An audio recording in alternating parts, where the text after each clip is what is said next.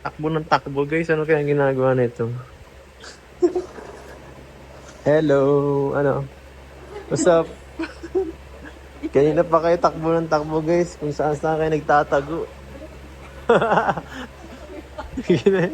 Parang yung mga aki dyan. Oh. Ano guys, may kinakatakutan ba kayo dito? Hmm.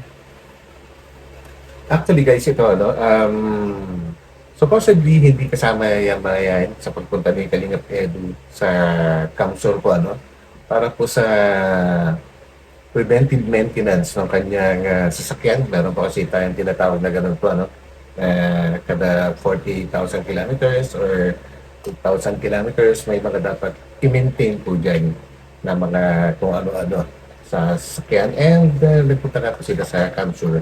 And of course, kasama itong kanyang mga ibang beneficiaries. Sayang din naman kasi ang pagkakataon na makapag-vlog kung sakali, no?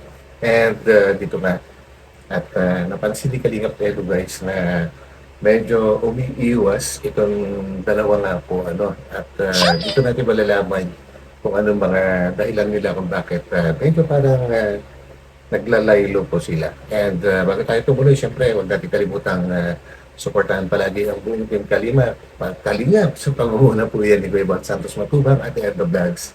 And of course, si Kalingap Rab, and may kalap shoutout din po sa lahat ng mga solid Kalingap supporters. And syempre sa ating mga subscribers. So, tuloy po natin to guys. Ang bihira. Wala kayo. Titingin na naman sila. No. Bibili kami. Oo. Isa na lang kid namin. Naka-down payment na ako. Pero seryoso guys, alam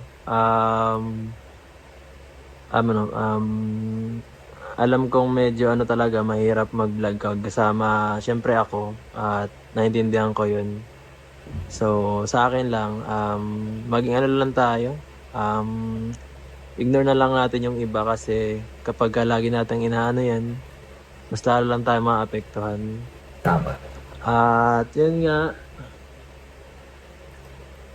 Oo.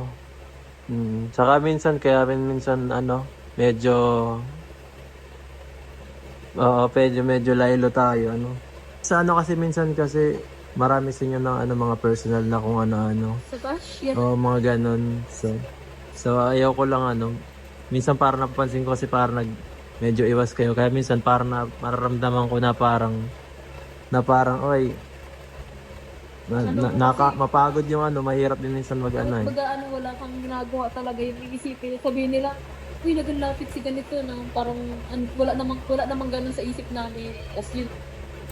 Actually guys, tatagal na po ito na maraming nambabash sa mga kahit sino na mga beneficiaries ni Kalingap Edu po, na ang daming kino-complain yung mga iba po na viewers na masyado daw close si kay ganito, bakit tumahawak si ganito sa ganyan samantalang di naman niya ginagawa kay Biancy.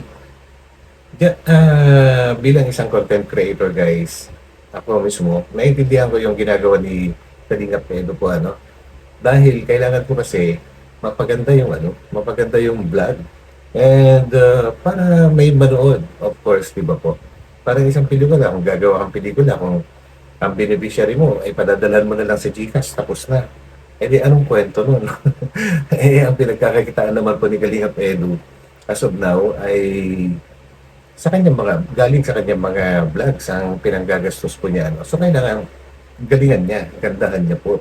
Yung para maintindihan lang po natin, Dahil pagka po puro shortcut ang kanyang gagawin or lalayuan niya yung kanyang mga beneficiaries, ano pa po yung saan po patungo yung vlog na yan? Kumbaga, dapat maintindihan po natin and hayaan po natin na ilabas nila yung natural na pagkatao po nila para mas maging natural din yung ating mga pinapanood. Kasi ang hirap guys, mahalata din naman kasi natin kapag pinepeke nila yung kanilang mga reactions po, yung kanilang kilos, yan. Halata natin, sasabihin din natin, ay, pinepeke niya yung kanyang kilos. So, yun ang mahirap, wala silang lulugaran para sa ibang mga netizens. Lahat nakikita, kumbaga lahat ng kilos nila ay binibigyan po ng hindi magandang kahulugan. Kaya nahirapan din guys si Kalingap Edu sa kanyang pagbablog sa kanyang mga beneficiaries minsan. Gawa nga po ng lahat na lang ay napapansin. Siyempre, mahirap talaga yun guys. Kaya intindihin po natin na ang pagbablog na ginagawa po ay dyan po nanggagaling ang revenue. Kumbaga dyan nanggagaling ang kinikita ni Kalingap Edu para may maipagtulong po niya. So, yung iniisip po natin na baka masapawan si Biancy, hindi po, huwag po natin isipin yun kasi separate yun. Separate yung personal tsaka yung ganito na pagbablog naman ni Kalingap Edu sa kanyang sariling channel guys. So sana suportahan na lang po natin po para naman kahit yun man lang yung kahit man lang yun ang may ambag natin para sa channel ni Kalingap Edu. Yung hindi natin siya ibabash, huwag na natin po na yun. Kumbaga i-enjoy na lang po natin yung kanyang ginagawa bilang pagtulong. And of course, bigyan natin siya ng credit. Oy, ganito, ganyan. Oy, ganito, ganyan. Kumbaga, nakatulong na naman siya dahil sa kanyang ginawang pagbablog. Di ba mas maganda po kapag puro positive lang po tayo and kapag puro positive po kasi tayo sa ating mga lumalabas sa ating bibig, bumabalik po sa ating sarili yun. Kumbaga, nararamdaman din po natin yun na kumbaga, pati yung sarili natin, nagiging pumapasok din yung positive energy. Kaya niyo po yun. Maging positive po palagi, guys. Sinasabi nila, yeah, para walang gulo or gusto rin namin ng tahimik eh. Ayaw namin ng ganun. Ng ano. Kasi syempre nag-aaral, nakaka-apekto nila ito minsan. Pero Yeah. syempre, chill lang. Yeah. Kaya sila, ganun na lang. At least ikaw alam sa sarili mo na wala ka talagang ginagawang mali. Yes. Ano dyan? Jeneline. Then, stress.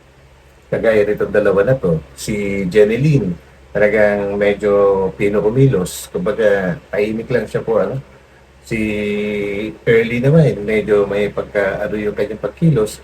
Huwag nating yun. Kasi ganoon talaga yung kanyang pagkatao po, As long as wala po silang ginagawang masama na ikakasama ng channel ni Kalingap Edu at sa community ng Kalingap, ay huwag po natin sana lang wish ko lang na huwag na natin ibabash po Canada? Oo, nai-stress na ako. Pero Ikaw- kaya ko yan. Dinigawa ng Wala. sarili.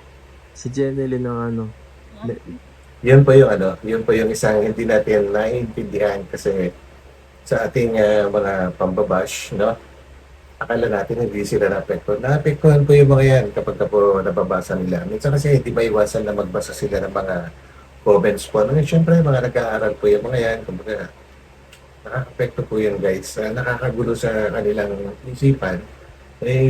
Pag bumagsak po sila sa school, sayang din naman yung tinutulong ni Kalingap Edu kapag gano'n po, or kaya psychologically, maapektuhan sila. Kaya, iwas-iwas lang po tayo guys, Wala kang ganun? May Wala ganun? pa naman akong mababasa. Wala ka? Pag talaga Hindi man, sinerch ko iyak lang yung naman pangalan sa YouTube eh.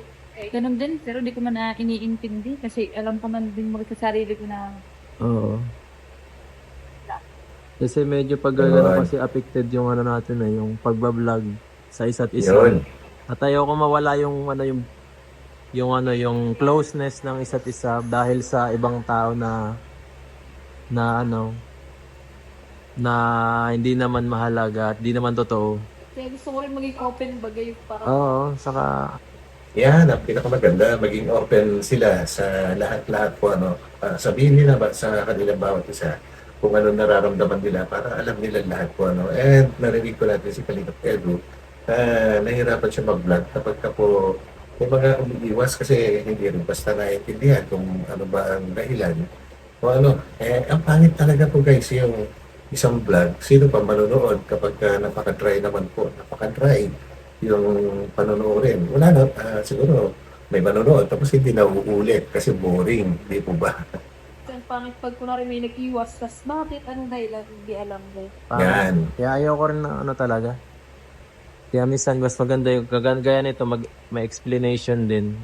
Grabe ay, halos pinipigyan ang TikTok mo. Yun lahat ng Kaya- kung anong meron ako, pinipigyan nila na kung daw masyadong gano'n malapit. Kasi basta, ayoko. Kaya nga, Ayun, guys, narinig po niya yung sinabi ni Ernie. Pini-PM daw po siya. Kahit sa mga TikTok niya, lahat pinupuna. Kumbaga, binabantayan ng buhay niya, no? Binabantayan ng kilos niya. Kumbaga, wag naman po. Ano pa bang ginagawa natin? Ano pa bang naitutulong natin sa kanila para kontrolin po natin yung kanilang bawat kilos po? Ano, hayaan natin sila. Kumbaga, mga may isip na yan. Lalong-lalo si Kalinga Pedro. May isip po yan. Adult na po yan eh. Magti-30 na nga po. Kaya, kaya ano lang po natin guys at enjoy na lang po natin kung anong bawat mapapanood natin sa kanila. And pasalamat tayo kasi nakakatulong siya. Ganon din ang ano kasi kaya ngayon medyo si Vincent kasi ganon nangyari. Yun, Masyadong ganun. personal kaya medyo ngayon ang nila. Ang hirap, ang Sa amin kasi sitwasyon. sama lang talaga, parang normal lang. Yes. Regarding Nancy naman, talagang sobra-sobra na rin kasi guys. Kumbaga, hindi na siya tinatantanan kaya sobra na yung pagka-epekto sa kanya po ano. Kabi-kabilaan na po kasi eh. Kabi-kabilaan. And of course, si Kalingap Edu, binabash din. Imposible namang hindi dagdag sa isipan ni Jancy po yun, no, na binabash din si Kalingap Edu. Tapos siya binabash. Hindi na malaman eh. Dahil pa yung giyera sa, sa Iran. Dahil pa yung mga missile nila doon na nagsasalimbayan, yung mga ibinabato ng mga bashers sa kanila po dito. Kaya mahirap yun talaga, sa totoo lang. Ganon talaga. Gano'n na ba talaga tayo, parang normal na sa atin natin yung tawanan, Oo. magkakapatid na ewan, na parang magkakaibigan. Ganon man talaga dapat Kaso talaga. ito, ano na, ano na talaga. Mga Kesyo bilog na magbubuntis bilog na yung mga mga sinasabi. araw ka yan, talagang hindi na, Grabe. hindi na talaga yung normal na bash ay. Kaya ka sa akin para sa katahimikan na lahat, ko na rin din yun. Hindi Para normal na bash yung para ginagawa alam na sa nila. amin, lalo na sa Marami rin talaga ako nabasa lalo kay Early. Kaya nga. Kesyo buntis Totoo yun. naka-jacket na pero may bro yun. Gusto pala yun, kasama na ninyo kung sino po yung mga matatanda na dapat maayos ko. Ano, Kaya kaya medyo minsan masakit kasi di ko naman kayo kilala, parang Yeah. biglaan ako pero Ay, nako. Tsaka di ka naman baga pinapatawad nila pa din. kilala. Hindi naman nila kaya yung ano, pero Pag- yan mo. sakop ko kayo kaya hindi ko syempre kayo hindi ko kayo pabayaan. Yeah. Mhm. Kasi lalo na pag beneficiary ko, ano tayo diyan? Action tayo. Parang gano'n. Oo, dapat. Parang Protocol, teamwork oo. ba? Para may kinakalabasan ng maayos din naman yung ano. Lalo na ngayon, lalo na sobrang lalo na ako ngayon, sobrang ko rin ngayon, sobrang dami. Ako sanay ako, kaso kayo yung iniisip ko. Ayoko kayo mapagaya din sa sa sitwasyon ni Biancy na na baka Tama. nahirapan. Oo. Sila lang naman ko yan gumagawa ng ano eh. Ah. Ano-ano salita, ano-ano issue. May masabi ng tanay. May masabi ng So ngayon, correct. Yun yung yun yung pinaka masama sa lahat po. Yung mema kung tawagin, may masabi lang. Kahit ano lang lumalabas sa bibig ko, ano lang na itatype. Basta kung ano yung naisip sa ngayon na sasabihin, diretso sasabihin na, hindi man lang magdadalawang isip kung tama pa ba yung sasabihin. Yung mga ganun. Okay. Ewan ko ba, na hindi ko naman nilalahat po, pero kadalasan po yung mga nakakagawa nun ay ating mga senior. Nako, wag na wag po. Ating mga senior dyan. Kumbaga enjoy lang natin. Alam ko naman na yung mga senior ay mas conservative po kayo, Pero iba na po yung panahon po ngayon. Kailangan na mag-adapt po tayo, mag-adjust po tayo. Tayo po mismo mag-adjust. Huwag nating hintayin na yung mga yung mga napapanood natin ang mag-adjust po para sa atin. Dahil wala naman po masama yung hindi naman po masama yung ginagawa nila. Walang masama sa ginagawa nila. Kumbaga nabibigyan lang ng hindi maganda na interpretasyon yung kanilang ginagawa dahil nga iba yung panahon na kinalakihan po ng ating mga ibang seniors po, hindi ko naman nga po nila lahat. Pero marami talaga. Sa totoo lang. Baka ito nga, gawan pa yun kung anong eh. Yung mga, totoo yung naano nga siya kanina ko yung saan yung ba? mga magdanaw Pag pa yan sa kotse, yung pag baka sabihin na, uy, si Ernie, ganito, ganun. Sunod lang sa bahay. Yung parang kukompart na lang, hinabakan lang ang araw ko yan. Siyempre. Saka ang turing ko naman sa kanya para kay mga makababatang kapatid. Ano naman, wala naman problema. Ako, ang dami ko rin kuya, pero hindi naman ako gano'n mag-isip pagka. Oo. Ano ako? Same. Tama lang yun. Pero okay lang naman. At least na-open yung mga Yes po. ganitong bagay. Sa mga ano guys dyan, sa mga gumagawa ng kung ano-ano, pakiusap po kung wala naman po kayong mabuti. Huwag na lang po tayong magsalita na ikasasakit kasi baka makaapekto tayo sa tao, lalo na baka lalong may maidulot na masama. Kasi syempre hindi natin, may mga taong malambot ang puso at yung mga ganun masyado madamdamin, delikado yun sa kanila. So yun guys, no, ayan, si Kalinga Pedro na mismo yung nakikiusap na huwag po naman tayong ganun, no? Dahil unang-una, hindi natin alam kung may dinaramdam, may sakit ka ba kaya. Hindi naman po lahat kasi sasabihin sa social media kung ano yung buong pagkatao ko nila. Kasi ay may sakit sa ganito. Hindi po sinasama yung mga yun. Normally, nakatutok lang po yan sa vlogging na napaka-normal lang. Yun lang, iwas-iwasan natin yun kasi narinig naman natin kung ano sinabi ni Kalinga Pedro. Kung wala tayong magandang sasabihin, huwag na lang magsalita or mag-type or mag-comment po kasi hindi natin sila kilala sa totoo lang, no? So yun lang guys, kumbaga pakiusap lang naman. So sana pagbigyan po natin yung pakiusap ni Kalinga Pedro. So yan guys, at tapusin na natin to, tuloy po natin. So guys, bago So guys, wala tayong masyadong ginawa dito, pasensya na. Kumain lang. Kumain. Nagtambay lang dito sa Naga para kumain sa Punta kumain. Hapon kumain. Yun lang ang ginawa talaga natin dito, magtambay lang. Travel. So yan guys, no, sa mga hindi po nakakaintindi kung paano po yung sistema ng ng pagpapacheck up ng sasakyan sa mga kasa kagaya niyan kay Kalinga Pedro sa Honda po siya. So ang sistema po kasi diyan naka-schedule na po naka-schedule na between the company and Kalinga Pedro, may communication na yan. Kaya pagdating diyan, papasok lang po yan sa sa kasa, and then wala nang gagawin si Kalinga Pedro diyan. Kumbaga maghihintay na lang. Ikilos na yung mga tauhan ng Honda para ayusin kung anong dapat ayusin, i-check kung ano yung dapat i-check. May po yan, may mga checklist, mga ganyan. Ganun po. Hindi na niya kailangang pumunta pa ron para makialam. Alam na po ang ginagawa ng mga mekaniko dyan kasi kasa po yan, no? Kaya huwag tayo magtaka kung bakit naririnig natin ngayon na wala naman silang ginawa, kumain lang ng kumain. Kasi nabanggit ko kanina nga na pumunta sila dyan para magpa-check ng sasakyan. Ganun po ang sistema guys sa mga kasa. Sa mga lang naman to, sa mga hindi lang po naka-experience pa, para maintindihan po natin. So yun. Kumain lang. Sa susunod, ma-travel tayo na mas maganda. Saka, lang yan. Support lang yan, para support lang din sa channel. Tama yan. At ito guys, bago tayo umuwi, ito may bibigay ako sa inyo. Allowance nyo guys. Ay, ganun. Para 3,000 yan. Hati na lang kayo. Bakit may allowance pa? Syempre naman. Thank you, kuya. Hindi, kuya. Para sa inyo yan. Kailangan nyo din ng yun. Ayos. Hindi na pwede kasi yung sinama nga. Guys, so yan. Paalam na kayo guys. Pansin. Hindi na busog. Magpaalam na ang bawat isa. Paalam po. Dapat isa na. Dito na lang kayo. So yun guys, dito na lang natin na tapusin po. And muli, intindihin na lang po natin si Kalinga Pedro sa kanyang mga ginagawa. Wala naman po siyang ginagawa masama po. Kumbaga, gumagawa siya ng paraan kung paano pagandahin yung kanyang vlog. Kaya suportahan lang po natin. At umasa po tayo na wala siyang kumbaga, wala siyang illegal na ginagawa sa kanyang mga beneficiaries. Kaya siya nababash, gawa ng may mga nagsiselos, yung mga ganyan po Kumbaga, lagi sinisingit si Viancy. Kumbaga, alam niyo na kung ano ibig kong sabihin. Actually, nabanggit ko na kanina para huwag na masyadong umaba itong video natin.